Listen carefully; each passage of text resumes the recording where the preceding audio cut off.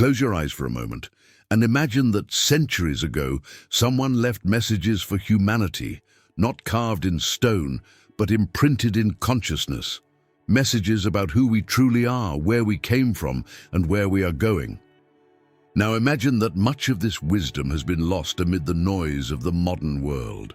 What if the answers so many people seek today about purpose, destiny, and the invisible power of the mind had already been revealed more than a century ago by an ordinary man who entered a trance and accessed dimensions of spirit with a precision that still defies science?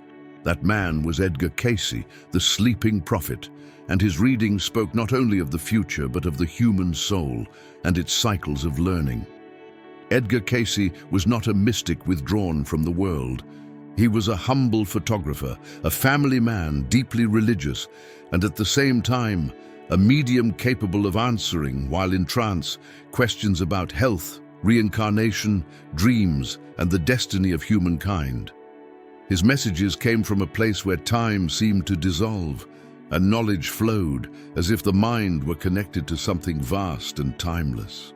Cayce described, with effortless clarity, medical diagnoses he had never studied, spoke of universal laws of cause and effect, and recounted memories of ancient civilizations with astonishing detail. To him, every human being was a spark in evolution. A traveler who, through many lifetimes, seeks to understand love in its purest form. And hidden among his thousands of readings lie the forgotten words, those the world chose not to hear, perhaps out of fear of recognizing itself in them. Among his most overlooked readings, Cayce described something that only decades later would begin to be explored by epigenetics. The idea that our emotional experiences leave imprints not only on the mind, but also on the body. He said that every unexpressed emotion finds a way to manifest through symptoms, recurring patterns, or the circumstances we unconsciously attract.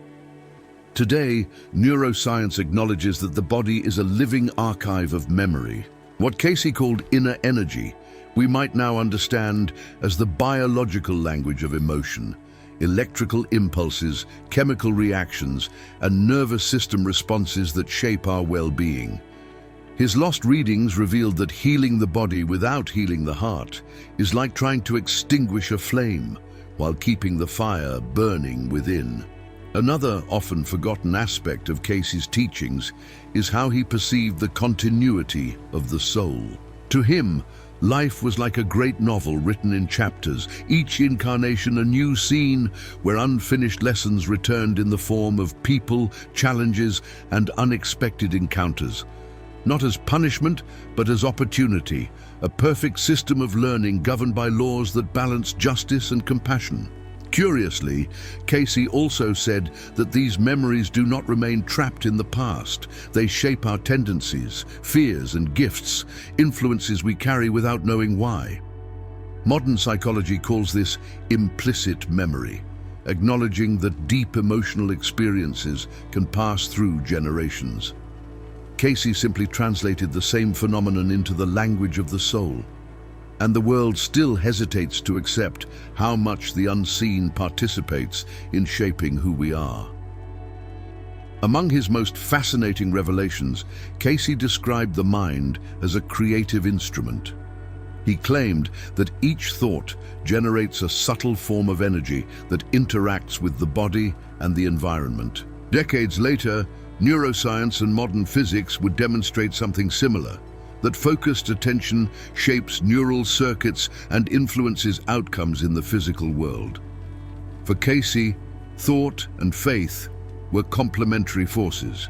Faith, not as blind belief, but as a mental state capable of reorganizing perception and opening pathways that logic cannot yet see. He taught that the soul learns to create first in the invisible, in ideas, intentions, and silent gestures, and only then does the outer world reflect that creation.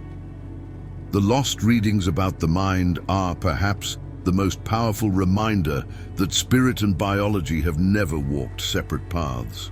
If something in these words resonates within you, It may be because, at some level, your soul remembers what Cayce tried to teach us. This space exists to rekindle that remembrance, not as doctrine, but as a place of reflection and inner meeting. Each story, each reading, is a seed that continues to grow within those willing to hear the silence between the words. Sharing this journey is also a way of keeping it alive. When you share a thought, a feeling, or even a small gesture of connection, you help these messages echo toward those still searching for meaning. And in this way, what the world once forgot slowly becomes remembered again through each soul that awakens to its own inner wisdom. Cayce said that true healing begins when a person remembers who they are, not their name, body, or social role, but the essence that exists beyond all of that. For him, every illness was a call from the soul asking for reconnection.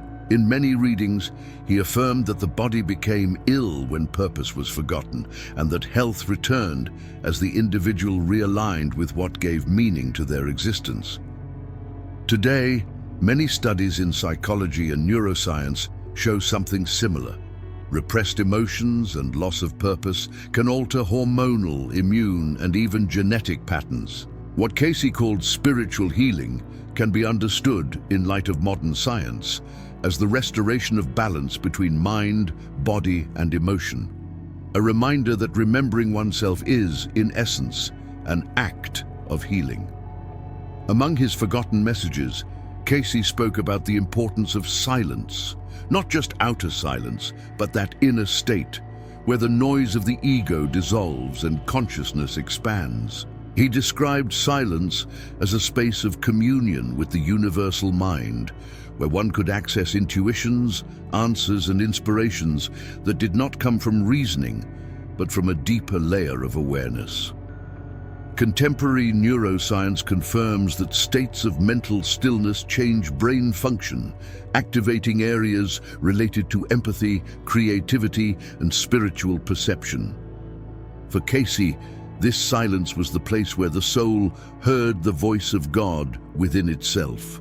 Today, we might understand it as the meeting point between biology and mystery, where thought dissolves and being simply recognizes itself as part of something infinitely greater. Among the most profound passages of his readings, Cayce stated that Christ was not merely a historical figure, but a consciousness that can awaken in every human being. For him, following the Christ meant living love in its purest form, the kind that does not judge, separate, or demand anything in return. It was the recognition that within each person lies a divine spark, dormant, waiting to be expressed through the simplest acts of compassion. What Cayce taught at its core was that the spiritual path is not found in outer rituals, but in the silent transformation of the heart. The neuroscience of empathy now reinforces what he said. When we practice compassion, our brain circuits literally change, making us more sensitive to the suffering of others and more receptive to inner peace. Thus, the inner Christ can be understood as the highest expression of human potential, a state of consciousness that unites faith and reason, spirit and biology. Cayce spoke of a time when humanity would once again understand that it is not merely a body, but an expanding consciousness. He said the earth would go through physical and spiritual transformations, not as punishments, but as part of a collective process of growth. His words were not meant to inspire fear, but responsibility. The future, he said, would depend on how much each person could live with purpose, balance, and love in their daily choices. Today, we are living exactly at that turning point. Humanity stands before a mirror and must decide whether to repeat the patterns of the past or learn to create from consciousness. Cayce's lost readings remind us that destiny is not something imposed, but something co-created. Each thought, each compassionate gesture is a thread that weaves the invisible fabric of the world to come. Sometimes, one must forget in order to rediscover what is essential. Cayce said that the soul, upon reincarnating, dives into the veil of forgetfulness to be able to choose again, and in doing so, transforms knowledge into living experience. Perhaps the world forgot his words for a reason, so that when rediscovered, they could be understood with greater spiritual maturity and less need for miracles. After all, what have we truly forgotten? The readings themselves, or what they awakened within us? Perhaps Cayce's answers were never lost. They merely fell asleep in the collective consciousness, waiting for the moment when humanity would once again ask what it truly means to be a spirit living within a body. And that question, as ancient as time itself, is what keeps the flame of inner search alive. If something in this video touched your soul, it may be the echo of something you already knew, but had silenced amid the noise of daily life. This space was created to keep that remembrance alive, a refuge for those who seek to understand themselves through the bridges between science and spirit, reason and mystery. Every act of sharing helps this message continue to travel through minds and hearts that have yet to hear it. May this conversation keep expanding, like an invisible thread connecting souls who recognize each other in the same search for meaning. Because in the end, Cayce's words were not just prophecies, they were reminders that every soul at some point in its journey must remember what the world once tried to forget.